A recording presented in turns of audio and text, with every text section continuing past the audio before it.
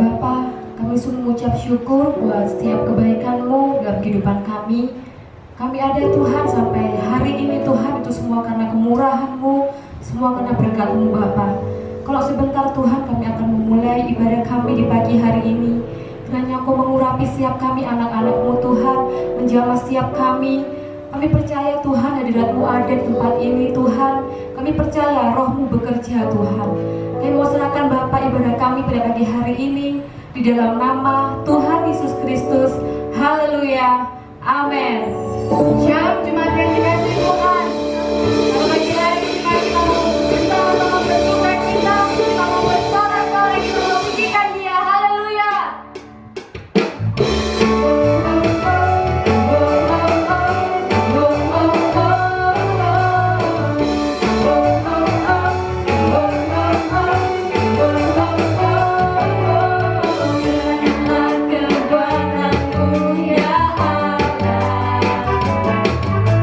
Tunjukkan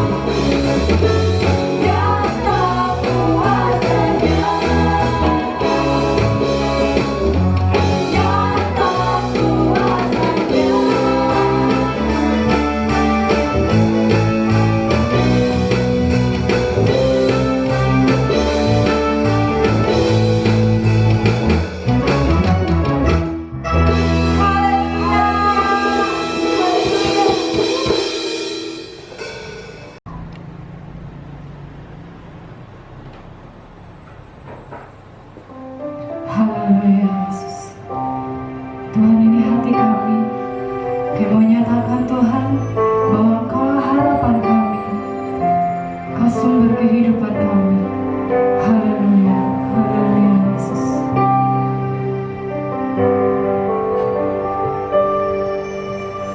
Bukan dengan kekuatanku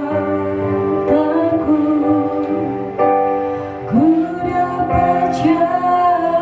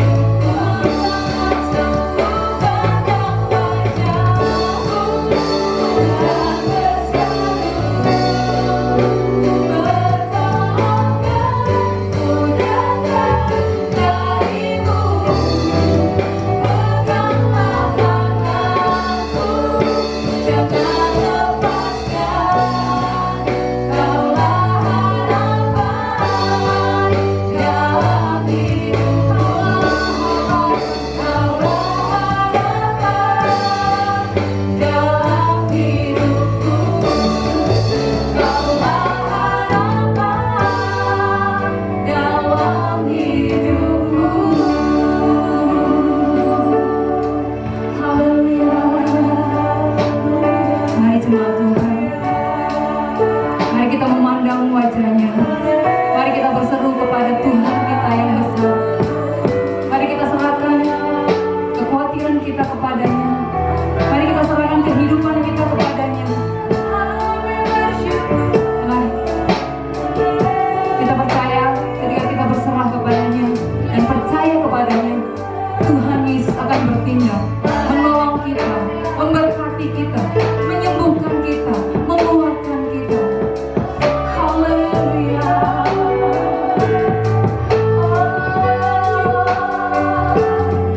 Kami berserah.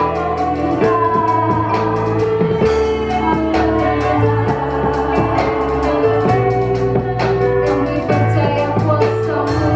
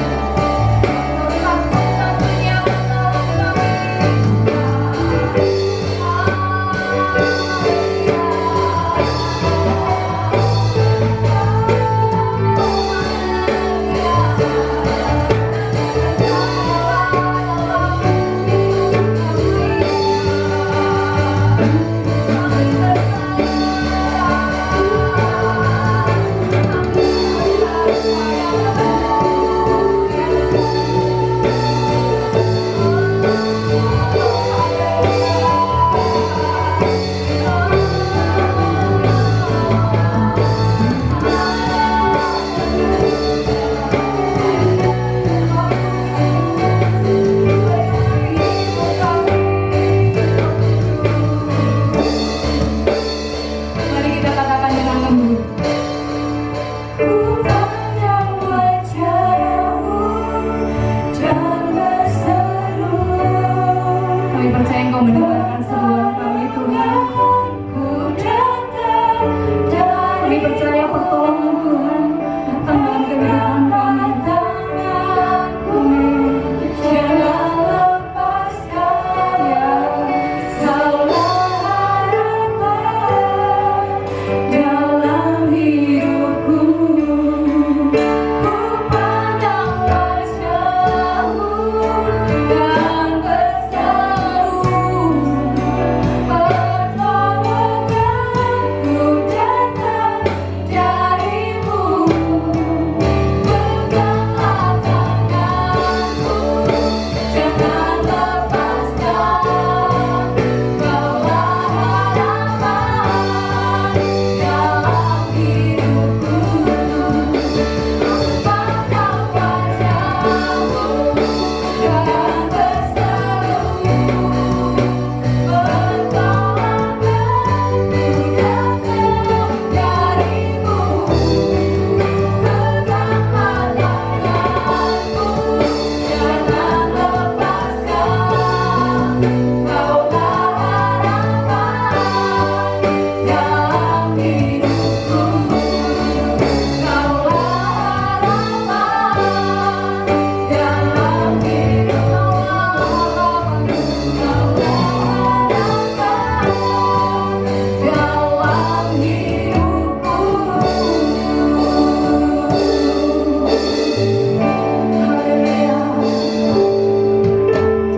Terima kasih Tuhan Yesus, terima kasih. Benar Tuhan, apa yang kami pujikan pada pagi hari ini Tuhan, Engkaulah harapan kami Tuhan. Engkaulah satu-satunya yang kami andalkan dalam hidup ini Tuhan. Kalau pada saat hari ini Tuhan, sampai saat ini kami kuat, kami bisa menjalani hari-hari kami, ini semua karena kasih kemurahan Tuhan dalam kehidupan kami. Terima kasih Tuhan, terima kasih. Tidak henti-hentinya kami bersyukur karena kebaikan demi kebaikan yang Tuhan berikan dalam kehidupan kami. Terima kasih Tuhan. Kami mau terus berseru kepada Engkau. Kami terus mau Tuhan menyerahkan kehidupan kami ke dalam tangan-Mu. Kami mau terus berpaut kepada Engkau Tuhan, karena Engkau adalah sumber kekuatan bagi kami Tuhan. Tuhan, ketika kami menghadapi kehidupan yang semakin berat, biarlah kami semakin dekat dengan Engkau Tuhan. Ada sukacita yang melimpah ketika kami dekat dengan Engkau Tuhan. Tuhan, kami membawa seluruh jemaat-Mu Tuhan yang sudah mengikuti ibadah pada pagi hari ini bersama-sama dengan kami. Engkau memberkati jemaat Tuhan. Engkau mendengarkan seruan mereka Tuhan. Berkatilah Tuhan kami rasakan di tempat ini, di tempat di mana kami beribadah. Kami percaya Tuhan, Engkau memberkati kami satu persatu. Sembuhkan yang sakit Tuhan. Cukupkan Tuhan yang diperlukan jemaat-Mu ya Bapa. Kuatkan yang lemah Tuhan Yesus. Berikan pengharapan bagi jemaat-Mu yang menghadapi persoalan demi persoalan Tuhan.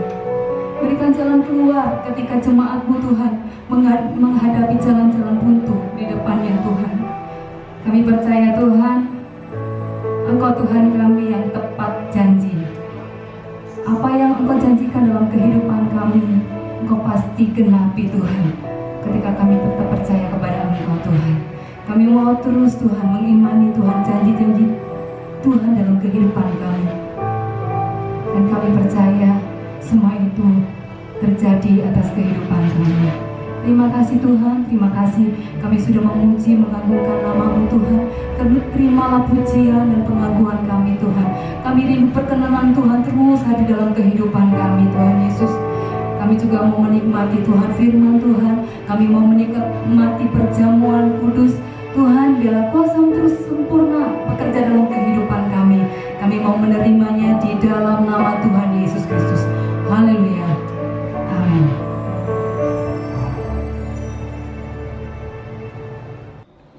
Shalom, jemaat yang terkasih dalam Tuhan.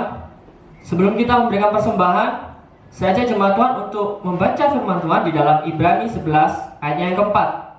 Firman Tuhan berkata, karena iman, Habel telah mempersembahkan kepada Allah korban yang lebih baik daripada korban Kain. Dengan jalan itu, ia memperoleh kesaksian kepadanya bahwa ia benar, karena Allah berkenan akan persembahannya itu, dan karena iman, ia masih berbicara sesudah ia mati. Memberi dan iman berjalan secara bersama-sama. Bahkan Allah seringkali menggunakan keuangan kita untuk menguji iman kita sepanjang waktu. Mungkin kita sering diperhadapkan dengan situasi ini, di mana kita harus memilih atau memutuskan untuk membayar antara tagihan atau persepuluhan. Kondisi seperti ini adalah tes prioritas bagi kita. Ini adalah tes untuk kasih kita. Dan yang lebih penting, ini adalah ujian iman kita. Apakah kita benar-benar mempercayai Tuhan bahwa Tuhan sanggup menyediakan apa yang kita butuhkan ketika kita menempatkan Tuhan di tempat yang utama. Kalau kita lihat dalam Ibrani pasal 11, sungguh menarik bahwa di sana ada penghargaan para pahlawan Alkitab. Dan orang yang pertama yang akan disebutkan adalah Habel, salah satu putra Adam dan Hawa. Lalu, apa yang telah Habel lakukan sehingga dia mendapatkan dalam penghargaan bersama dengan Musa dan Abraham? Kalau kita tahu bahwa Habel tidak pernah melakukan sesuatu hal yang besar, dia tidak punya pencapaian yang banyak seperti halnya Musa maupun Abraham, dan dia tidak pernah mengambil risiko yang besar. Saudara tahu apa yang membuat Habel menjadi besar? Dia memberi persembahan dalam iman. Jadi Alkitab mengatakan, karena iman, Habel telah mempersembahkan kepada Allah korban yang lebih baik daripada korban Kain. Habel tercantum dalam daftar pahlawan iman bukan karena apa yang dia berikan, tetapi bagaimana dia memberikannya. Jadi intinya bukan apa yang diberikan, tetapi respon kita dalam hal memberi itu. Tuhan tidak peduli tentang jumlah yang kita berikan. Yang dia peduli adalah berkaitan dengan sikap kita. Jika kita tidak memberikan dengan iman, maka jangan memberi, karena kita tidak mendapatkan kredit apapun untuk hal itu. Alkitab juga mengatakan bahwa tanpa iman tidak mungkin untuk menyenangkan hati Allah. Allah tidak membutuhkan uang kita, karena Tuhan yang mempunyai seluruh bumi ini. Dia adalah Tuhan yang kaya. Yang Dia inginkan adalah hati kita. Ada dua cara untuk kita dapat memberi. Kita dapat memberi dengan alasan, atau kita dapat memberi dengan pewahyuan. Memberi dengan alasan adalah mencari alasan yang cukup terlebih dahulu untuk apa yang akan kita berikan kepada Tuhan, dan yang tidak memerlukan iman sama sekali. Bahkan seorang ateis pun dapat melakukannya. Ketika kita memberi melalui pewahyuan, kita membiarkan Tuhan mengungkapkan kepada kita apa yang Dia inginkan untuk kita berikan dalam iman.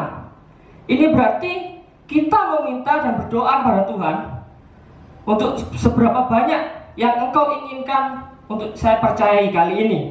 Kemudian kita melakukan apapun yang Tuhan sudah beritahukan dan apa yang harus kita lakukan.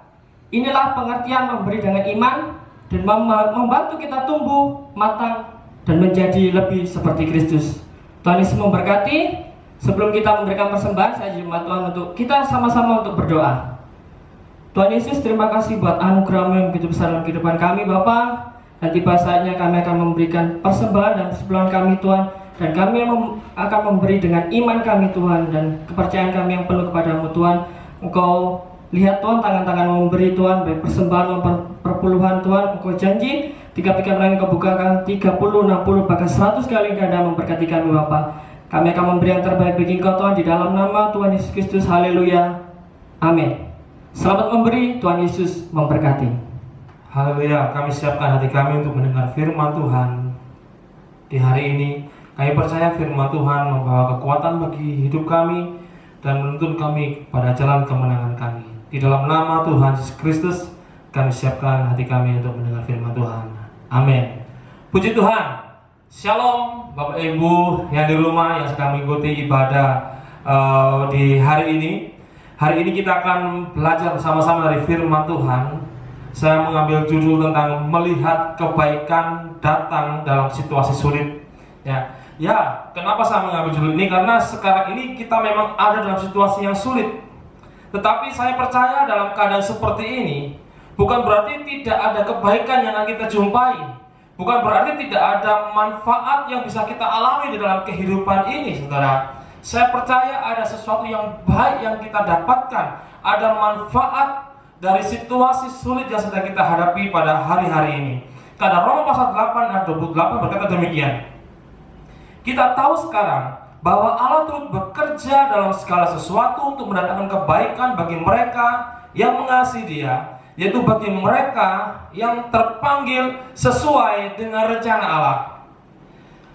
Kenapa akan selalu ada kebaikan dalam segala situasi, dalam segala keadaan dalam hidup kita, bahkan termasuk dalam situasi yang sulit yang kita hadapi saat-saat ini? Jawabannya adalah karena ada Allah. Masih ada Allah, masih ada Tuhan. Tuhan kita adalah Tuhan Alfa dan Omega. Dia adalah Tuhan yang kekal. Dan Tuhan yang adalah Bapa kita bukan Tuhan yang pasif, bukan Tuhan yang berdiam diri, tetapi Allah kita menurut firman Tuhan adalah Allah yang turut bekerja dalam segala sesuatu untuk mendatangkan kebaikan bagi mereka yang mengasihi Dia. Saudara sadari atau tidak, saudara rasakan atau tidak, firman Tuhan berkata Tuhan turut bekerja dalam segala sesuatu. Yang perlu kita pahami bagaimana Allah turut bekerja dari firman Tuhan yang kita baca, dikatakan kita harus tahu, ya. Kita tahu sekarang. Jadi saudara harus mengetahuinya. Saudara harus mengetahui bahwa Allah turut bekerja. Kalau saudara menyelidiki dalam firman Tuhan, kata tahu juga memiliki arti lihatlah, atau melihat, atau saksikan. Jadi saudara perlu untuk melihat, menyaksikan bahwa Allah turut bekerja dalam segala sesuatu untuk mendatangkan kebaikan bagi mereka yang mengasihi Dia. Pertanyaannya mungkin yang saudara tanyakan adalah bagaimana kita bisa melihat Tuhan bekerja? Bagaimana saya dan saudara bisa menyaksikan Tuhan menyatakan kuasanya bekerja dalam kehidupan kita? Ya. Itu sebabnya saya akan memberikan firman Tuhan ini kepada saudara. Bagaimana kita bisa melihat Tuhan bekerja? Yang pertama, saudara harus memiliki hati nurani yang murni. Mari sama-sama katakan hati nurani yang murni. Ya, Matius pasal 5 ayat 8 firman Tuhan berkata demikian. Berbahagialah orang yang suci hatinya, karena mereka akan melihat Allah. Puji Tuhan. Ya, sekali lagi dikatakan oleh firman Tuhan, orang yang suci hatinya mereka akan melihat Allah. Jadi untuk bisa melihat Allah bekerja, untuk bisa menyaksikan Allah turut bekerja dengan kuat kuasanya, Allah turut bekerja dengan kasihnya, Allah turut bekerja dalam segala keadaan, maka kita harus memiliki hati nurani yang suci, hati nurani yang murni. Dan menurut terjemahan juga mengatakan hati yang tulus. Jadi dimulai dari hati.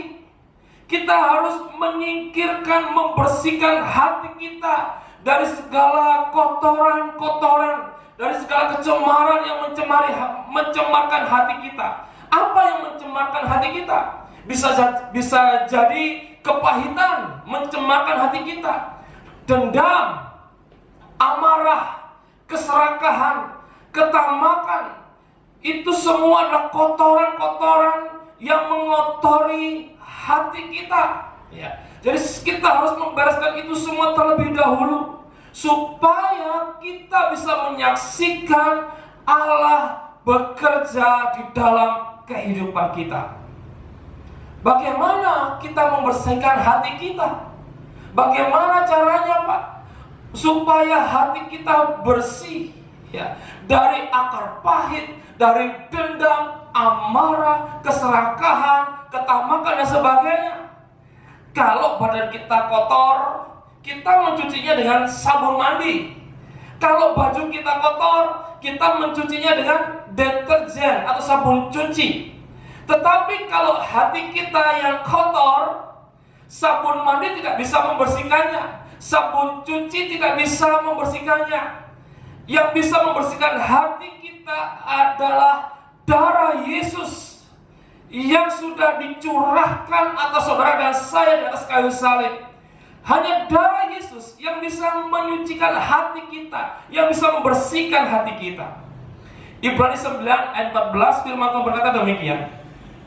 Betapa lebihnya darah Kristus yang oleh roh yang kekal telah mempersembahkan dirinya sendiri kepada Allah sebagai persembahan yang tak bercacat, akan menyucikan hati nurani kita dari perbuatan-perbuatan yang sia-sia, supaya kita dapat beribadah kepada Allah yang hidup. Puji Tuhan. Ya. Dikatakan oleh firman Tuhan, dengan mengalami kuasa darah Yesus, maka kita akan merasakan kasih Tuhan mengalir di dalam hidup kita. Ketika kita merasakan kasih itu mengalir dalam hidup kita, maka kita akan merasakan pengampunan yang luar biasa dari dosa-dosa kita. Saudara, ketika kita merasa bahwa kita adalah orang yang diampuni, maka kita pun akan belajar, akan mampu mengampuni orang lain yang telah bersalah kepada kita. Kita akan bisa melepaskan pengampunan, kita bisa melepaskan ampun kepada orang-orang yang menyakiti kita. Kita menyingkirkan kemarahan, kita menyingkirkan dendam, karena kita sudah diampuni terlebih dahulu. Ya. Ketika kita sudah merasakan kuasa darah Yesus, maka kita dibasuh kembali, kita disucikan kembali. Ketika itu terjadi, maka kita akan melihat Allah bekerja dalam kehidupan kita untuk mendatangkan kebaikan bagi kita. Haleluya.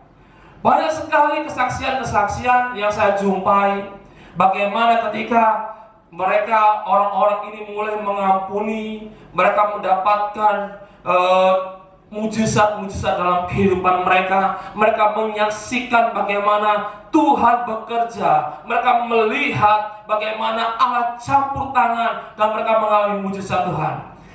Kalau saudara dan saya mau mengalami atau melihat mujizat, mau melihat Tuhan bekerja, mendatangkan kebaikan dalam kehidupan kita, kalau kita mau tahu itu, maka yang pertama kita harus mulai dengan hati kita. Mari kita bersihkan hati kita dari segala macam kotoran-kotoran yang ada dalam hati kita. Singkirkan dendam, buang pahit hati, buang amarah, buang keserakahan. Maka engkau akan melihat Tuhan menyatakan kemuliaannya dalam kehidupanmu. Yang pertama tadi. Yang kedua, kita harus percaya dan kita harus lahir baru. Untuk melihat, untuk tahu bahwa Tuhan turut bekerja, maka kita harus percaya, kita harus lahir baru, saudara. Ada dua ayat yang mau kita baca lebih dahulu. Dalam Yohanes pasal 3 ayat yang ketiga, dikatakan firman Tuhan, Yesus menjawab katanya, Aku berkata kepadamu sesungguhnya, jika seorang tidak dilahirkan kembali, ia tidak dapat melihat kerajaan Allah.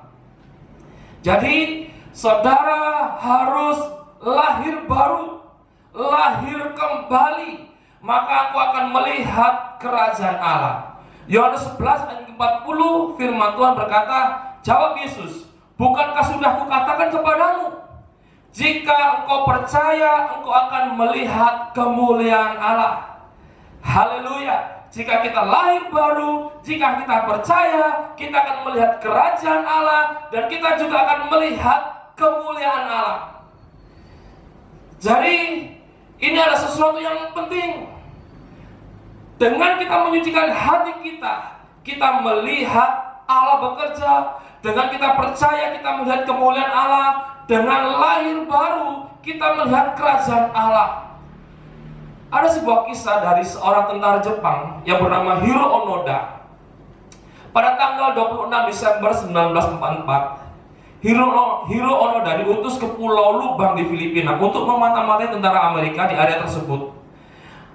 Pasukan sekutu mendarat di pulau ini pada Februari 1945. Mereka membombardir tentara Jepang yang ada di situ, dan Onoda dan beberapa pasukannya berhasil meloloskan diri dari serangan tersebut. Ia menolak untuk menyerah, ia menolak untuk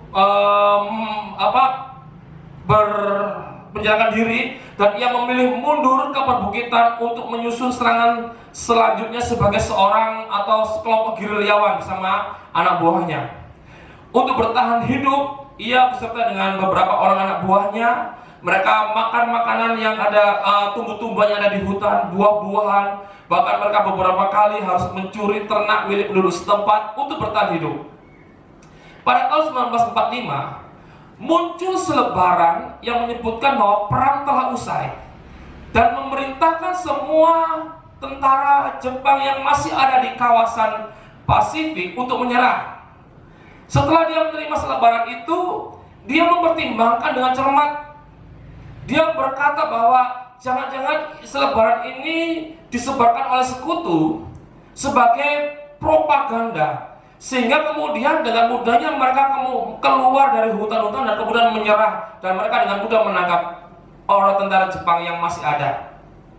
Onoda berkata kepada anak-anak buahnya, setiap prajurit memang siap harus mati, tetapi saya sebagai seorang perwira intelijen, saya diperintahkan untuk melakukan gerilya, bukan untuk mati. Saya harus mengikuti perintah atasan saya sendiri sebagaimana saya adalah seorang prajurit. Ya, saudara, itu yang dilakukan oleh Onoda. Dia tidak menyerah. Ya, dia tetap bergerilya. Tetapi apa yang terjadi pada tahun 1950, salah seorang sahabat Onoda memutuskan untuk menyerah. Salah seorang anak buahnya. Dan kemudian anak buahnya yang lain, mereka tertembak pada tahun 1954. Pengawal terakhirnya yang bernama Kozuka juga berhasil ditembak polisi pada tahun 1972 ketika ia dan Onoda menyerbu toko beras untuk memenuhi kebutuhan mereka. Setelah itu ia benar-benar sendirian dan ia menjadi legenda di Pulau Lubang. Kisahnya yang misterius menarik perhatian seorang petualang muda yang bernama Suzuki. Kemudian dia berusaha untuk mencari sang prajurit ini. Ya, ia berangkat ke Pulau Lubang untuk menemukan Letnan Onoda. Hingga pada tanggal 20 Februari 1974, Mereka berdua akhirnya bertemu di hutan di Pulau Lubang. Dari Suzuki, Onoda tahu bahwa negaranya benar-benar mengkhawatirkannya, tetapi dengan tegas dia menolak untuk menyerah kecuali ada perintah langsung dari atasannya. Akhirnya Suzuki kembali ke Jepang. Dengan bantuan salah seorang koleganya, ia mencari atasan dari Hiro Onoda dan akhirnya bertemu dengan Mayor Yoshimi Taniguchi. Dan Mayor ini sudah tua dan dia menjadi seorang penjaga toko buku. Pada tanggal 9 Maret 1974, kemudian Mayor Taniguchi terbang ke Lubang dan secara resmi membebaskan Onoda dari tugasnya. Dan ini terjadi 29 tahun setelah berakhirnya Perang Dunia Kedua. Saudara lihat, 29 tahun setelah perang berakhir, Hiro Onoda baru melangkah ke dalam sebuah kebenaran bahwa perang telah berakhir. Mungkin saya juga perlu bertanya kepada saudara yang sementara menyaksikan ibadah ini.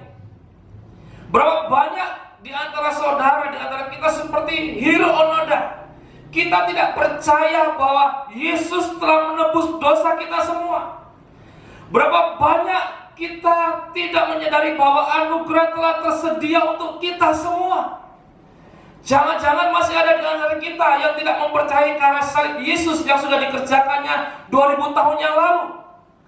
Ingat saudara, Yesus sudah menang atas maut.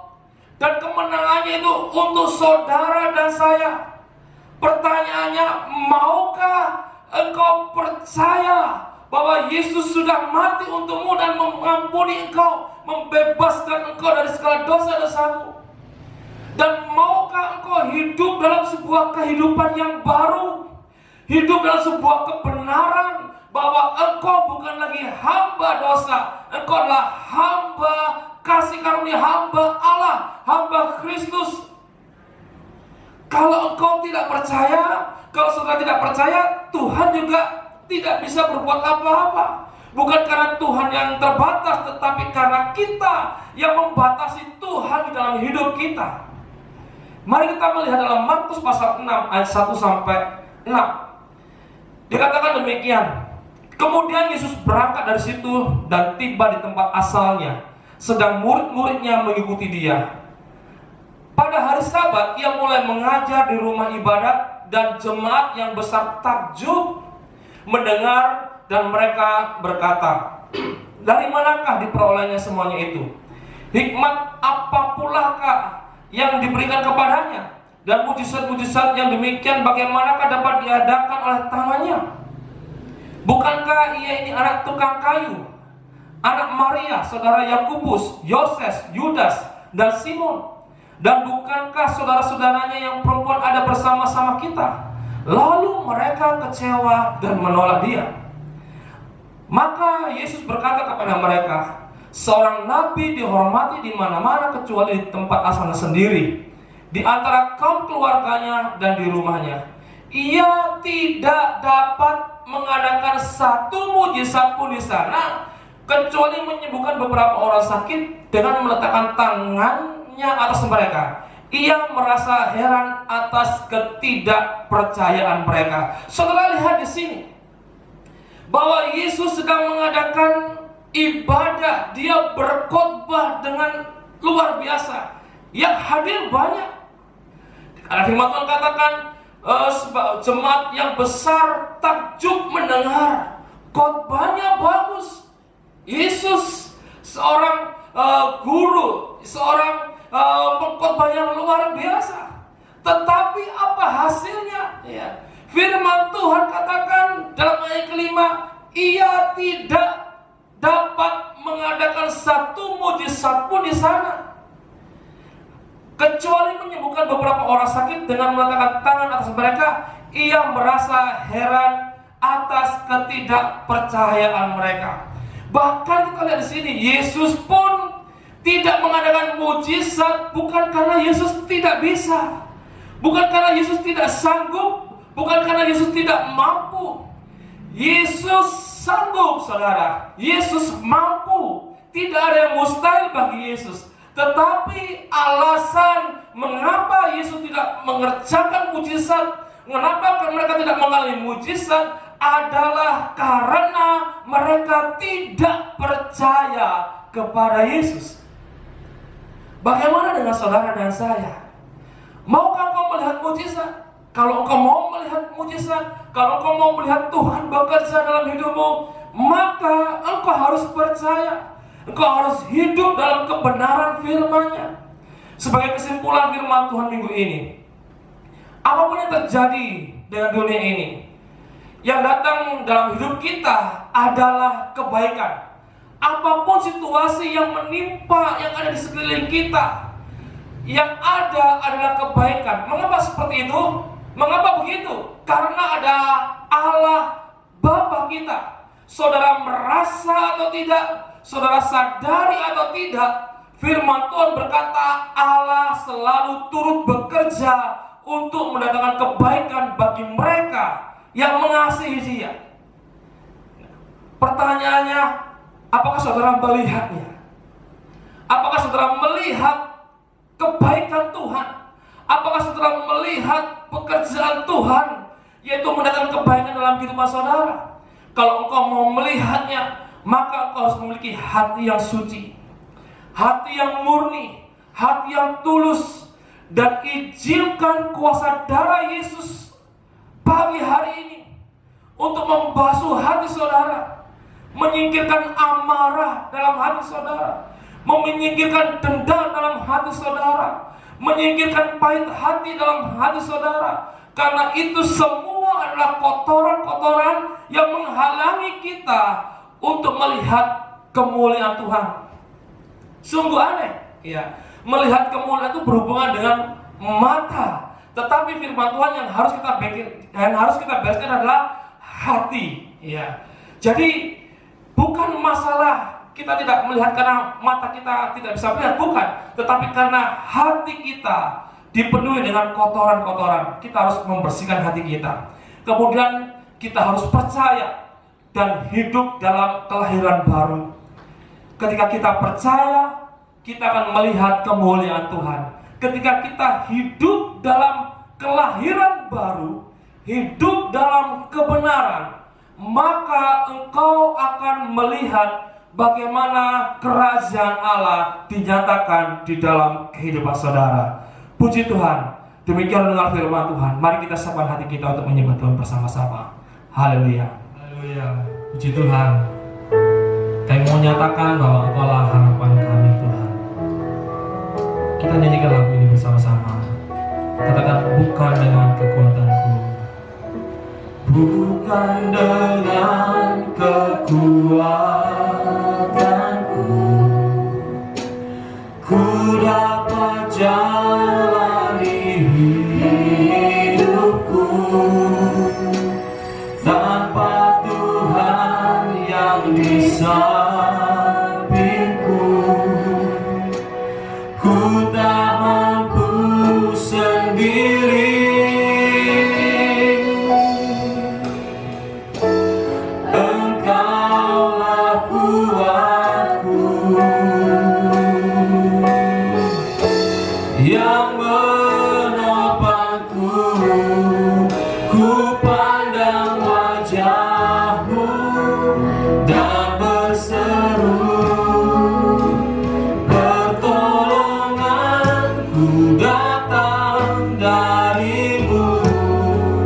Peganglah tanganku, jangan lepaskan, Kaulah harapan dalam hidupku. Pandang wajah-Nya, haleluya, dan berseru, pertolonganku datang dari-Mu. Peganglah tanganku, jangan lepaskan, Kaulah harapan dalam hidupku. Biar pada pagi hari juga kita dikuatkan dengan tubuh dan darah Yesus. Buat Bapak Ibu yang di rumah yang sudah menerima artikel perjamuan kudus, mari persiapkan perjamuan kudus yang sudah tersedia, yang sudah dibagikan kepada saudara, karena kita akan bersama-sama menikmati tubuh dan darah Yesus. Kita akan membagikan itu bersama-sama, saudara. Haleluya.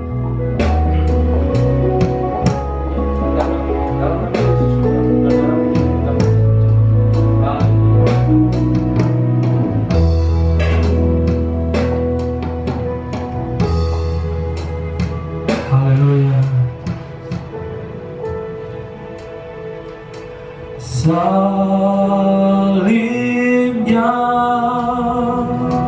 salibnya,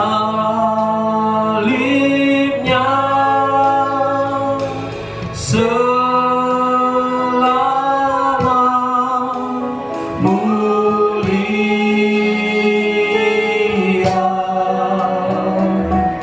dosaku disucikan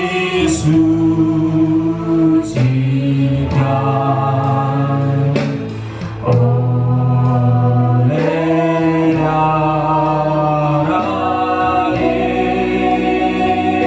Yesus. Salibnya,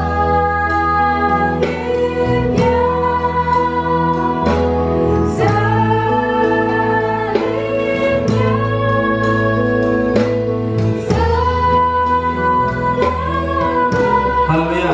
Mari kita berdiri bersama-sama di tempat kita berada, saudara. Kita akan persiapkan diri kita untuk menikmati tubuh dan darah Yesus. Haleluya.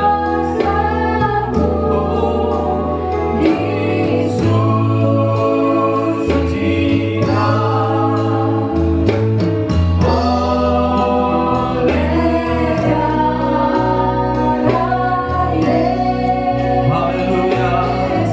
Sekali lagi kita katakan sama-sama. Salibnya, salibnya, selama mulia,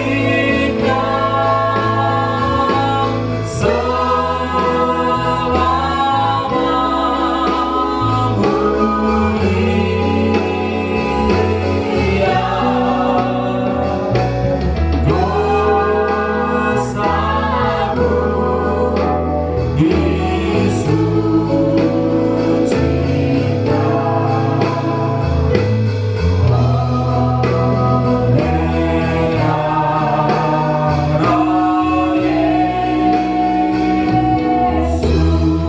Mari kita angkat roti di tangan kita.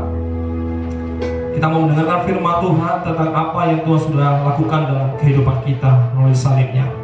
Sebab apa yang telah kuteruskan kepadamu telah aku terima dari Tuhan, yaitu bahwa Tuhan Yesus pada malam waktu ia diserahkan mengambil roti, dan sesudah itu ia mengucap syukur atasnya. Ia memecah-mecahkannya dan berkata, inilah tubuhku yang diserahkan bagi kamu. Perbuatlah ini menjadi peringatan akan aku. Tuhan mau kita mengingat bahwa tubuhnya sudah dipecah-pecahkan untuk saudara dan saya. Tubuh Kristus adalah tubuh kebangkitan. Waktu kita menerima tubuh dan darah Yesus, maka ada kuasa kebangkitan yang bekerja dalam kehidupan kita. Impian yang sudah mati Tuhan sanggup bangkitkan kembali. Harapan yang sudah mati Tuhan sanggup bangkitkan kembali. Saya percaya bila pada pagi hari ini kuasa kebangkitan juga bekerja di dalam kehidupan kita. Mari kita terima tubuh Kristus, kuasa kebangkitan itu di dalam nama Tuhan Yesus Kristus. Haleluya.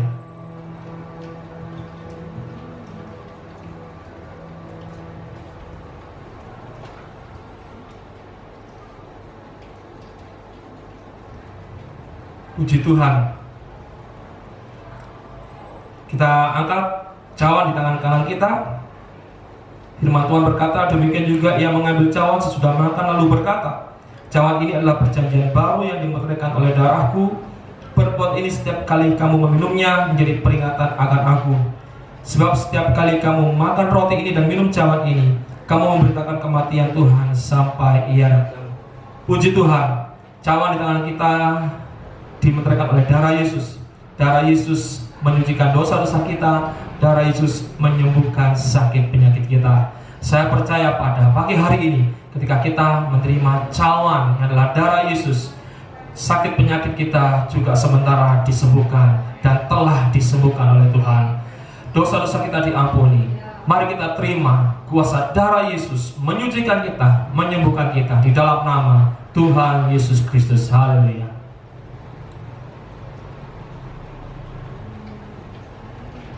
Haleluya. Salibnya, salibnya,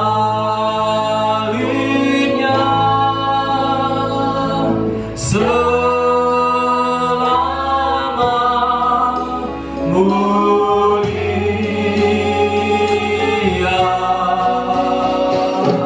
dosaku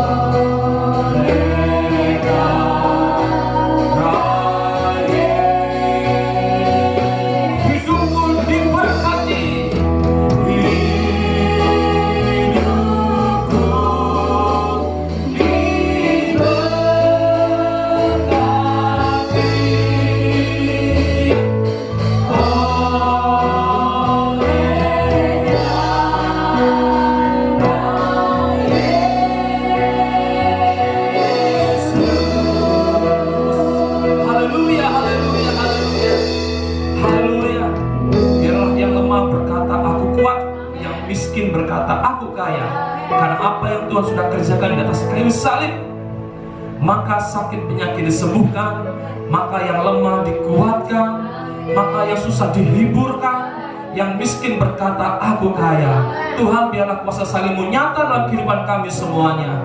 Kami percaya harapan kami kepadamu tidak pernah sia-sia.